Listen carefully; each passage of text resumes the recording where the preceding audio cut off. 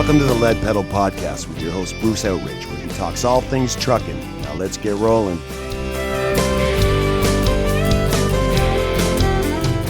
Hello, welcome to the Lead Pedal Podcast. I'm your host, Bruce Outridge. This is episode number 1007, and today we're going to be talking with the folks over at Zonar Systems. We'll be talking with Fred Fakkema about how we can make this industry safer and how we can improve our inspections with drivers.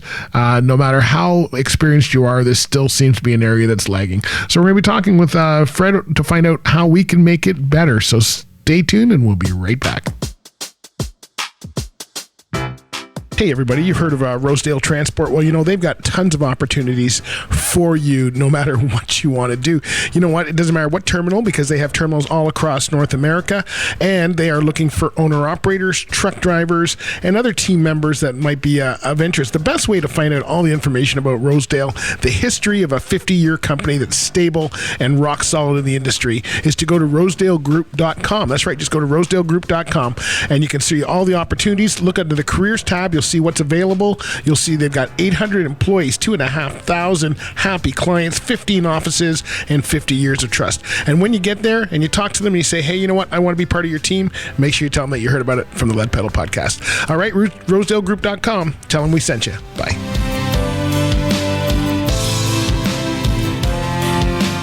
All right, let me tell you a little bit about Fred and Zonar Systems.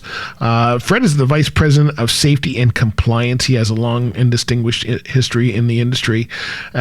He's been around for 25 years and loves to talk about everything from basic safety tips to compliance. He's a member of the American Trucking Association, Safety Policy Committee, Association of Equipment Management Professionals, Truck Renting and Leasing Associations, Government Relations Committee, and Equipment Technology Advisory Council.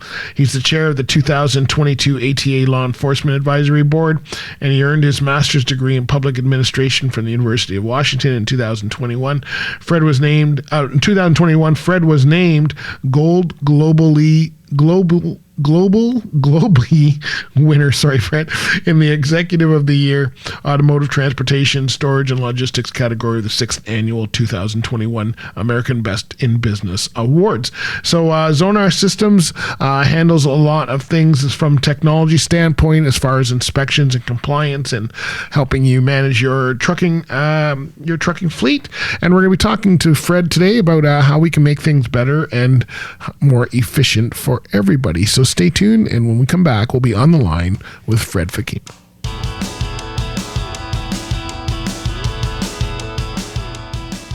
Hey drivers, are you getting tired of trying to update that old PDF paper resume that you have? You want to apply to different companies. Maybe you want to show off some of the stuff you've had, like the trucks you've driven or pictures or whatever. You know what? You can't do that on a resume anymore, but you can do that at Driver Verified. Driver Verified is a platform that allows you to create your own unique profile and share your expertise easily with potential employers, insurance companies, anybody that you wish. This thing is so slick. You'll be able to update it. It's free to try.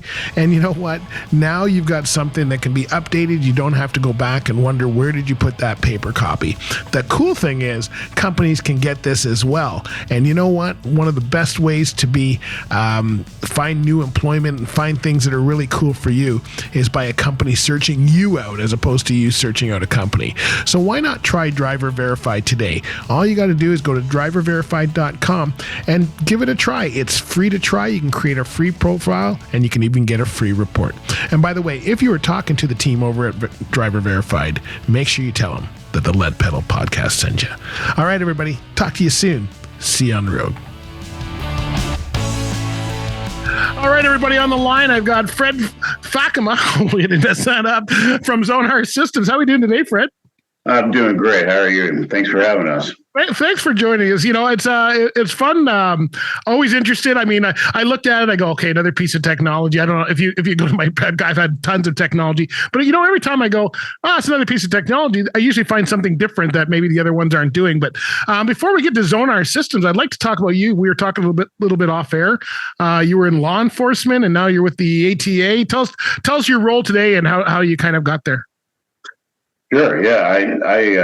As a young kid, after I got out of the Army, I joined the Washington State Patrol when I was actually 21 years old, and spent a 25-year plus career with them, worked my way through the ranks, made captain position. And in that position, I ran the Washington State Patrol Academy, government media relations. But I got into this industry when I was a commander of the commercial vehicle division for the state of Washington. So that was all the weigh stations and truck inspectors and all that. And so really got involved in the industry at that point in time. And then I met the founders of Zonar when Zonar was first created. And when I was retiring, they brought me into the company as their regulatory guy and kind of a government affairs guy. And so been doing that for the last 13 years and heavily involved with a number of the associations, including American Trucking Association and chairman of their law enforcement advisory board for the ATA.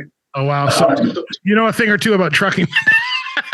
A little bit, but it's you get all that experience from the great people that you work with. And I mean, I've created so many wonderful relationships, both in the industry and, also within the law enforcement side. So being able to be on both sides is a pleasure to do. Yeah. Are we getting any better as far as an industry? I mean, we've got technology has come into everything. Yeah, I know we've got the time we're taping this. Road Check is on this week, which is across North America, Mexico, Canada, and the U.S. And brakes out of adjustment are still one of the biggest issues we've had. And we've got all this technology, but we can't seem to tell guys when they're in adjustment or not. What is it? What are you hearing from the ATA? What's the big, we're not going to get just a side note. What's the big topic that you guys are talking about at the ATA right now? For our law enforcement board, it's really truck parking is obviously is one of the big things. It's something that we're really working hard on. We've sent letters to all the US DOT affiliates and encourage them to get funds from the infrastructure bill to focus on truck parking, and really got some good stuff. I mean, from that to human trafficking to distracted driving and all those items that are really important to the industry and to highway safety itself and having an impact on that. But when you talk about Road Check, there is a lot of technology and a lot of things are going on. I mean, FMCSA is trying to bring back the beyond compliance stuff where you get credit for having technology in the cab. And you're right, there is a ton of technology, but it's a matter of utilizing it for your what you do in your everyday rather than, just having it on board and not knowing what to do. But I'll come back to a Road Check. The first thing you always see about Road Check is do your proper pre and post trip inspection. Well, that's what Zonar has been built on. And I can talk about that for hours and hours. Doing your proper pre-trip is so important to get in that safety mindset, to know what's going on with your truck. And like you said, brakes are always the top, so are tires and lights and, those things that should be easily found by the driver. But I always say, when you think about a semi truck, 80,000 pounds going down the road and brakes are one of the top things that are found, that should be incentive enough to do a pre-trip, right? It's important, and it's important that enforcement and the industry work together. And I think they have, and I think it has gotten better. The image of trucking is always on a negative connotation because of, the attorneys that are out there and, all the other things that take place in the nuclear verdict world. But when you look at it, and we know that 72% of the collisions involving a commercial vehicle are caused by the passenger car, not the truck, so knowing that, I think industry has gotten a lot better. Yeah, it's amazing to see, and I hope we go further and get better into that. And I know, so Zonar, we're going to get back to pre-trip inspections because that is, I think, part of our big conversation today. Let us know what Zonar does. So give everybody the quick overview on what your platform does, because then we can dive into some of the deeper questions like pre-trip inspection. So give us the overview. And the platform was built upon the pre and post-trip inspection, and it's kind of what we're known for. So we put an NFC tag around the vehicle, and the driver takes their tablet or a device their phone, whatever, and scans that device, and it tells them what to inspect on the pre-trip. And once they finish it, it's automatically downloaded. So your date and time stamped, you know what you've done and what you've looked at. So that's what really Zonar was built upon. And then of course we have ELD, track and trace, cameras, all the stuff that all the telematic providers have, we do. We think we do it much better, obviously, because that's what we do. But we also have a first-rate customer service group as well. And then we have a safety and compliance team that I vice chair. And we're there to help our employees make sure our customers meet the regulatory requirements, whether it's up north in Canada or the U.S. or Mexico. I mean, that's what we do all across North America. And so we're that platform provider that does everything that is required in the truck now. And our parent company is Continental. Continental AG owns is our parent company, so we have all those resources from tires and TPMS and all those different things that take place. So I always say, Bruce, I work for a technology company, although I'm not a techie guy. I'm a retired cop, for God's sakes. But there is some cool stuff that helps the driver get the job done. I saw that, and I don't know what the tag technology that you guys have. Somebody had it up here, probably, I'm going to say 6-7 years ago. I saw it up here, and it was kind of like an early adoption, and nobody was, I think ELDs were just coming out in the US when I first saw it. And so we're thinking, we don't need this because the ELD is going to, do all that for us. It was just too early. And it's almost the same as what you guys have now. I don't know if maybe you bought that guy out. I don't even remember who had it, but somebody had it here at one of our associations. And it was that kind of the same fob thing that you guys were talking about. And I never saw it again. I don't know if this person dissolved. I haven't seen them for years. So it was kind of interesting when yours came out. We, our news agencies up here, and I'm talking general news like City TV or whoever it is, somebody did they went to the truck stops and they asked drivers about their pre-trip inspection. They found a lot of the older drivers did not know how to do a proper pre-trip inspection. So when we say older, I'm going to say more experienced. I started in 82. There was no Schedule 1 when I started, here in Canada. And, everything was brought in over time. There was no logbooks in Canada when I started driving up here. That's how old I am. And now we're getting into, there's a lot of technology. So is it helping? Do you find the drivers are liking that system where they can go and they know here's where I am? And because if I'm correct, it doesn't allow you to go further if you don't complete a step. Is that correct? You fill me in where. Yeah, that's correct. If you utilize the tags, and then you have to go through each zone, and that's where Zonar's name actually came from back in the day. And we've been at it for over 20 years, utilizing the system, and it's proven. What's interesting is when a company first brings it in, it doesn't. By the way, it doesn't matter if it's a passenger carrying company, or school bus, motor coach, or construction, or whatever it is. It can work on either vehicle, but when they start using it, it's like a hockey stick. And I know Canadians can understand what the hockey stick is, especially with Stanley Cup going on right now. But it goes straight up. You see once all the defects go straight up, and then once they identify all those defects, it starts to come back down and mellow out because you fixed all those defects that are on your truck, going down. So what it really does, it actually gets the driver out of the seat and walk around. Yeah. So many drivers just sit in the seat and check the box. It doesn't matter if it's pencil whipping or computer whipping nowadays, where they just check a box. They don't get out of the truck. Well, that's the most important aspect of it, is getting out of the truck, getting the driver operator out of the truck to actually do that complete walk around. And you're right, a lot of them don't understand what's required. If they even have to carry it on the truck, in Canada, you have to carry your pre and post trip on the truck. So there's a lot of different requirements that they don't understand, but the basic common sense of it is to do it to be safe. Yep. Not necessarily to meet the compliance aspect, but there's a difference between compliance and safety. Be safe. At least make sure there's nothing, underneath your tires and your tires have air in them. There's an aspect to that, right? To make sure that you do something. I do some training up here for new drivers, and I do some classroom training for them. And that's what I'm telling them. I go, you're supposed to do this. It's from a compliance aspect, but you know what? the only way you make money in trucking is to not be delayed. Like minimizing your delays is your whole goal. You don't want to break down. You don't want to be held up at a receiver. You don't want to, be held up at the border. You want things to go smooth. And that's why you do those preparations ahead of time to make sure you're not going to. So really, that's what it is. I see so many drivers. Yes, I know in the ELDs, we have the whole pre-trip inspection, but like you say, do people actually get out and do it? I don't understand how drivers are missing things like lights. I can understand if you miss a seal somewhere in the middle of the engine where it's hard to get underneath and you're not crawling under the truck. That I get. If someone misses that, I'm going, okay, I get it.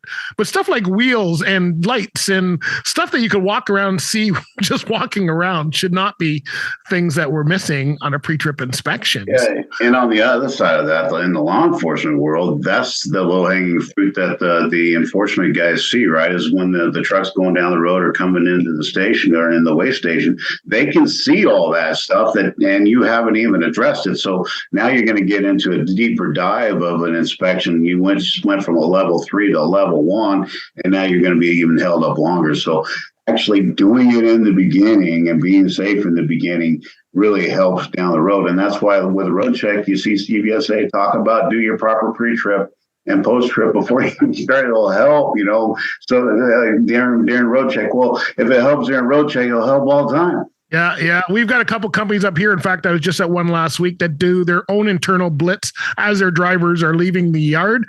They have 3 safety people who are sitting. One's documentation for the driver, one's all the paperwork, the insurance and all that. And the other one's doing a walk around on the truck. And if there's anything wrong, they send them next door to the mechanic right away.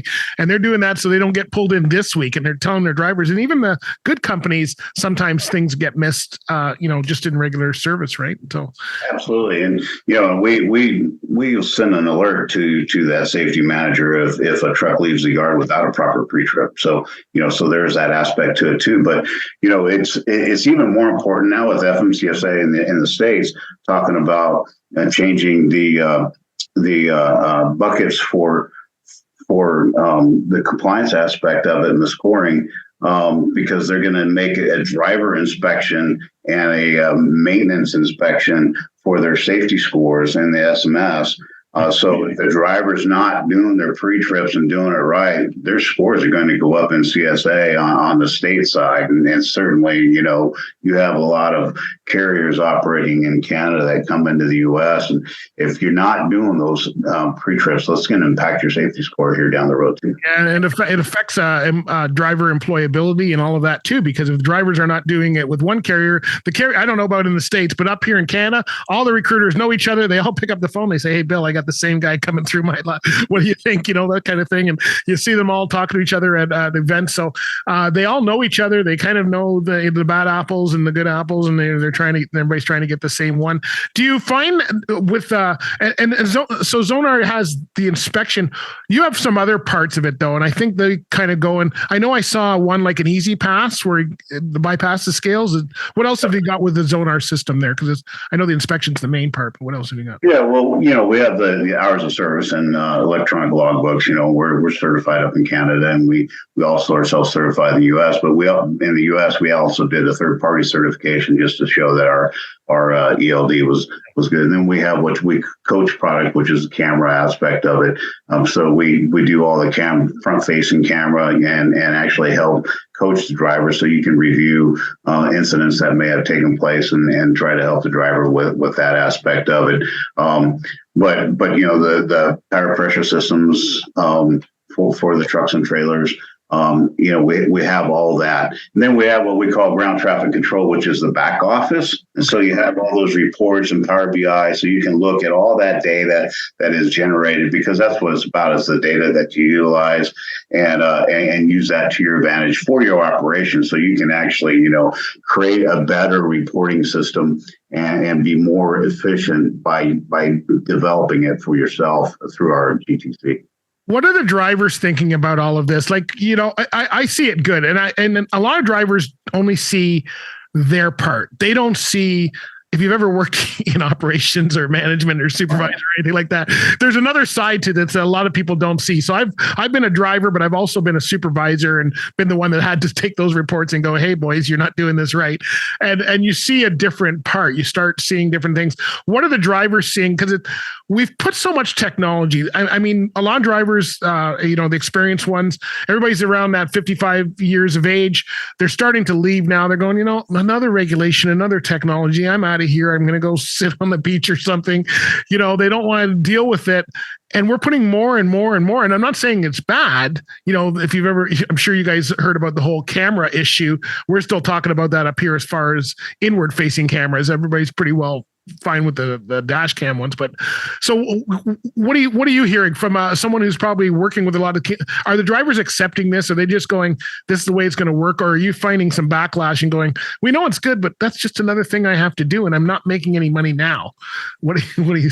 Yeah, I think in the start, there's that concern of, the big brother aspect of it. And what are they really doing? What are they watching? What do they want? But once it helps you and you understand the reason why you have it, then it works well. I mean, when you're a driver and a car cuts you off and causes a collision, it's not your fault, but they're saying it was, and then you review the video footage and it shows that you're exonerated and it was the other guy's fault. Now you really like your camera because, it just helped you. And that's kind of how it takes place and gets hold. And same with electronic logging devices as well. I mean, there's a lot of drivers that said they were going to leave the industry because of the rule and the rule in the US and the rule in Canada. And they didn't because, some don't like it. I get it. But many like it because they don't have to keep track anymore, per se, because it's being done for them. They don't have to try to add things up and, sign things and turn things in. And so it's alleviated some of that other stuff. But as far as the cameras is concerned, I related it back to my law enforcement days. We had some trooper that was killed up here in the state of Washington, and if he would have had a camera, we would have been able to find the bad guy a lot quicker. And so the community actually bought cameras for all the patrol cars in that community. And at first, enforcement really didn't want to have cameras in their cars. It was one of those things. And this was, in the early 90s. And now everybody has cameras, even on their person and everything else. So it's now transpired into, the trucking space and other spaces as well. But it really will help the driver. And what I always tell a carrier is, make sure you have proper policies and procedures in place for the camera usage. Allow your driver to be able to show enforcement at a collision scene that, they can see the video camera so that they can get exonerated right at the scene. So they don't have to go through any of the investigation aspect of it because it already shows that it's there. But there should be really good policies in place. And I certainly get what the drivers are feeling. And especially the internal cameras, they don't want to be watched. But, there are some videos that you can see out there where it is beneficial to have it pointing at the driver and knowing what they're doing in the cab. Make sure that and it's not all about falling asleep or doing something that you shouldn't be doing in the cab. It has to do with eating and not paying attention and getting on your cell phone and, anything and everything that we always hear of, right? Yeah, and some of that's just habit that people do. You don't even realize you're doing it, I know there's one person who, the safety person said, hey, you're having these issues all the time. And they found out he was touching his phone just out of habit, not trying to use it. He was trying not to use it, but it was a habit or something that he got into. So they had to correct that, and the camera was able to do that. So I'm sure that you guys are having the same issues we're having here as far as attracting people to the industry. Do you think this is helping? Is this helping to get more? I know from some of the experienced drivers are going, okay, I'm done. But what about the new people? Are you seeing that? I know and that might be more of an ATA question than a Zonar question, but this technology, is it kind of helping to attract a new people to the industry, or? Yeah, I think it is, and what we're also seeing is high schools actually creating programs for drivers to get your CDL while you're in high school, and really getting attention to the trucking industry. There's a lot of misnomers about the industry and what takes place and how it does, and same with a lot of the jobs that are out there and careers that are out there that don't require the college thing that everybody talks about.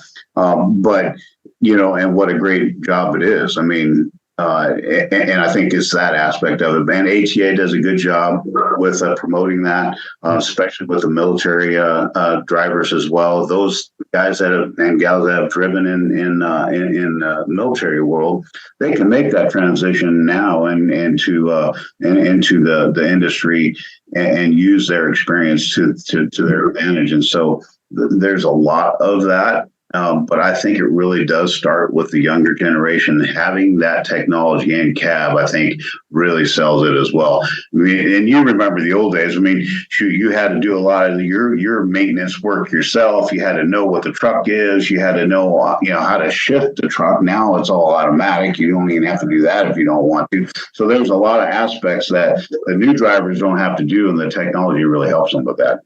Now, you mentioned high school, and this is one of the things that we've talked about here, and it's not so much an issue here, but I know it is in the States, people 18 driving tractor trailers. And you mentioned you started law enforcement, they gave you a gun at 21. So to me, driving a truck at 18 is not necessarily that bad.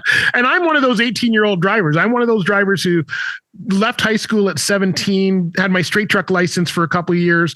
Then I started in the moving industry, and then I got my tractor trailer license, and I wasn't crossing the border at that time, but it's still, I mean, I'm turning 60 this year, and I've been in transportation my whole life, and I love it. I'm not even driving anymore. I'm in media now. But the kids don't see that. And I'm wondering, now that we have cameras, now that we have ELDs, now that we have all these things that can actually track, is it now possible? Are things changing in the States where they're going, yeah, we can't put that 18 because we can monitor them all the way, never mind with another trainer for a while, but we can monitor them even after that period. Is that helping because I really think we need to get some younger people going right out of school, because I'm one of those people who didn't go to college or anything. Yeah, it is. I think it's helping. There's also legislation, to allow them to cross interstate borders, and then going from state to state in the U.S. You can't if you're under 21. But on the East Coast, it takes 3 hours to cross those state borders sometimes. I mean, it doesn't take long. But yeah, in Texas, they could drive for almost 24 hours, and not cross the state border. So there's some misnomers there. And then of course, when you look at the ports of entry too, having younger drivers that are working those areas is very important, and right now they can't do that. So there is some changes in that, and there's really a focus on, and the state trucking associations are focused on it as well, to get the younger drivers in there and get them from high school.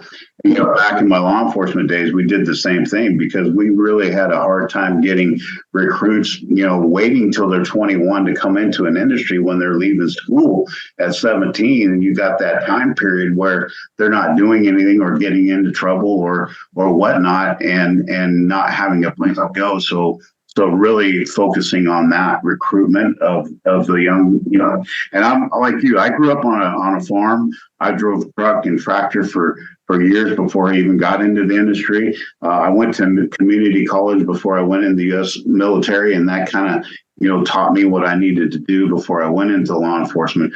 But there are a lot of great careers out there don't require college, and not everybody wants to go to college. And the transportation industry is a great aspect for that. Yeah, we've got a big push going up for transportation, skilled labor, all of those kind of jobs. The plumbers are making $200,000 a year, but nobody wants to be a plumber. I don't understand why. It's always needed, So it's unfortunate the trades out there, are getting the bad rap. But yet, who do you call when you have an issue at home or an issue on the street or whatever it is? You call a mechanic or a plumber or the yard guy or whatever it is.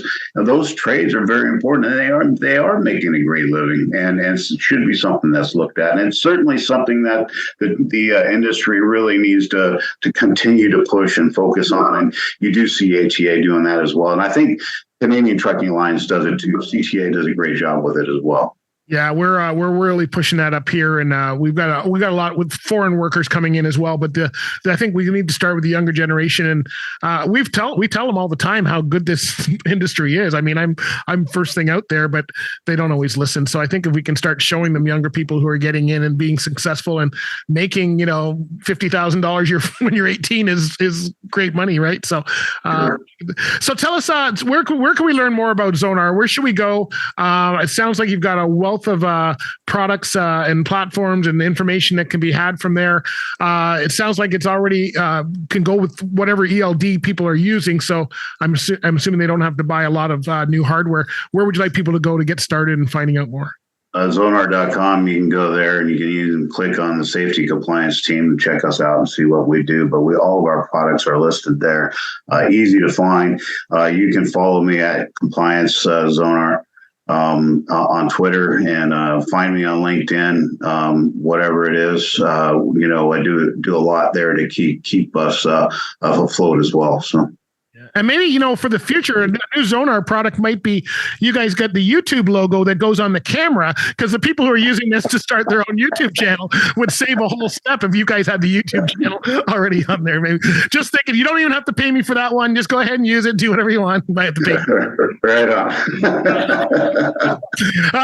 Thank you very much, Fred. I really appreciate your time today. I appreciate you coming on the show. It was a wealth of information. I'm sure we could go on for a long time. Hopefully I'll meet you someday. I'm part of a lot of the associations, and hopefully I'll see you in the event down in the future. But it was great talking with you. It was great speaking with you as well, and I look forward to seeing you too. So thanks again for having us on. And anytime you need something from Zonar, let us know. Will do, Fred. Thanks very much.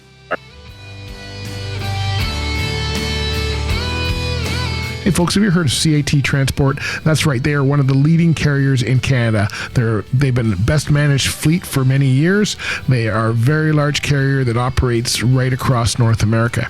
And the best way to find out about what they have to offer is to go to cat.ca and then click on the careers button. But let me tell you some of the things that are available to you right now. They've got locations based in key metropolitan areas across North America. You do not have to work out of Quebec, even though they're a Quebec-based carrier. They have operations for you anywhere that you live. Total health benefits are available right off the bat. Remote work options, compensation that is competitive with the industry. Company matching pension plan. Hey, why not grow while they're growing? And on-site health and wellness programs are available. They've got career growth opportunities because they're a fast-growing company, and they provide a work-life balance that they believe is best of the best.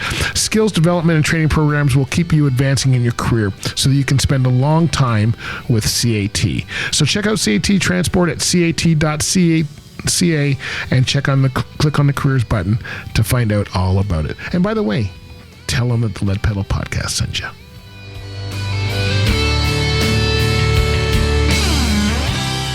All right, so hopefully you enjoyed that interview. Got some great information out of that. If you want to, head over to zonarsystems.com if you want to learn more about their products. And I'm sure we'll have Fred on again. He's a wealth of knowledge, and I'm sure we will get that figured out as soon as we can. All right, my friends. Hey, make sure you follow us. You follow them and follow us. We're on socials as well. Instagram, Facebook, Twitter. You can find me on LinkedIn. You can also find us on TikTok. And of course, help us celebrate our Lead Pedal 1000. If you are someone who's either been a guest, or you're a sponsor, or you're a fan club member, or you're a listener, hey, go to our fan club page and download the Lead Pedal 1000. You can put it right on the picture, or why not just hold up something that says 1000? That could be just written on a piece of paper, and let us know that you're helping us celebrate the Lead Pedal 1000. All right, my friends, talk to you later. Bye for now. This has been another episode of the Lead Pedal Podcast. For more information or to subscribe to the podcast, visit theleadpedalpodcast.com, and be sure to follow the podcast on Facebook and Twitter.